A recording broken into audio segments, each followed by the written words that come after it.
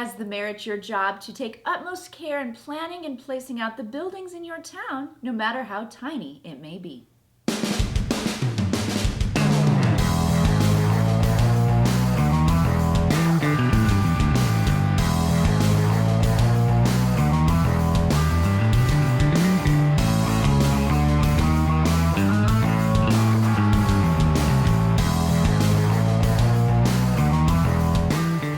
Hey guys, and welcome to Tantrum House Studio 3. I'm Will Meadows. And I'm Sara Meadows, and today we're looking at Tiny Towns. It's from designer Peter McPherson, and it's published by AEG. Tiny Towns is a simultaneous pattern building game for 1 to 6 players.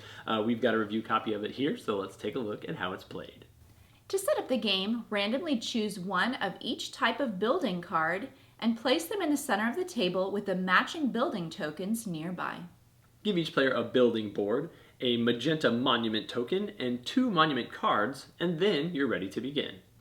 On their turn, players will choose one type of resource and add it to their town on any empty space. All other players must place that same resource on any empty space in their town as well. The Master Builder token is then passed to the next player, and that player chooses one resource, and so on. At the end of each turn, any player may construct a building in their town by completing the pattern shown on one of the building cards. They remove all of the used resources and place a building token on one of those spaces. Each building in the game will score differently, and some are dependent on others. Players each have 2 unique monument cards and may choose to build one of those buildings during the game. When a player has filled their entire town with buildings or resources, they are out of the game. Everyone else continues to build until there are no spaces left on anyone's board, and then it's time to score. All resource cubes are removed and negative points are given for empty spaces. Points are tallied for each building, and then the mayor with the most points wins. So Tiny Towns actually has a little bit of that roll and write feel where everybody's kind of taking that same action, but they have to optimize it for their board in front of them. In this game, the cool thing about the game is that those cards are different every time, and the way that they work together with one another really changes your strategy for how you're going to build your town out each game. The buildings all have different ways to score, so you can really change up the gameplay as far as what buildings you want to focus on each game. And then the patterns are all different as well, so you're not going to be building the same pattern every time for every game. Those monument cards are also very cool. They usually are very high scoring points, so you really want to make sure that you get one of those put onto your board at some point during the game. The most, not frustrating, it is frustrating, but that's the great part of the game, is that as you build those blocks and that other guy, forces you to stick a teal cube into your perfect board that has no messed up spaces, you have to figure out where that thing is going to go, because in truth, it's pretty much going to be stuck on your board the rest of the game, unless you're able to get that building just right, clear off the cubes that you don't want, and put in that new building into its spot.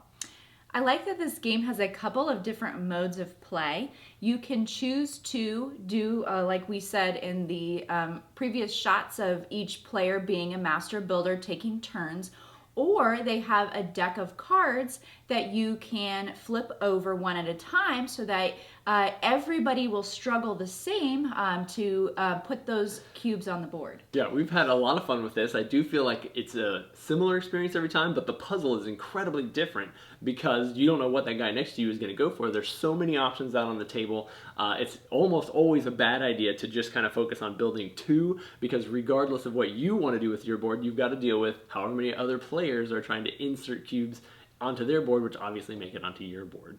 One other thing I enjoy about this game is that you can modify some of the rules slightly to make it easier for younger players or for people who are new into the hobby. You don't have to play with the monument cards. You can make it a little easier, and you can also play with a mode where 2 times during the game you don't have to place that cube, and you can set it aside so that you can kind of save yourself a little bit. So you don't ruin everything. Yeah, really enjoy the artwork for it. The card art is very nice. I love the components. All the buildings are very nice and unique shapes and unique colors. I don't think we've run into any colorblind issues. We played this with some friends. Nobody said anything. So I think everything is really well put together, organized, and makes it easy to play. We've had a good time with it. I think you probably will as well. If this sounds like something you're interested in, be sure to check out Tiny Towns from AEG. I know they are planning on having some YouTube live videos where you can play along with some reviewers, so you can check that out soon. And then be sure to check out our other videos from Tiny.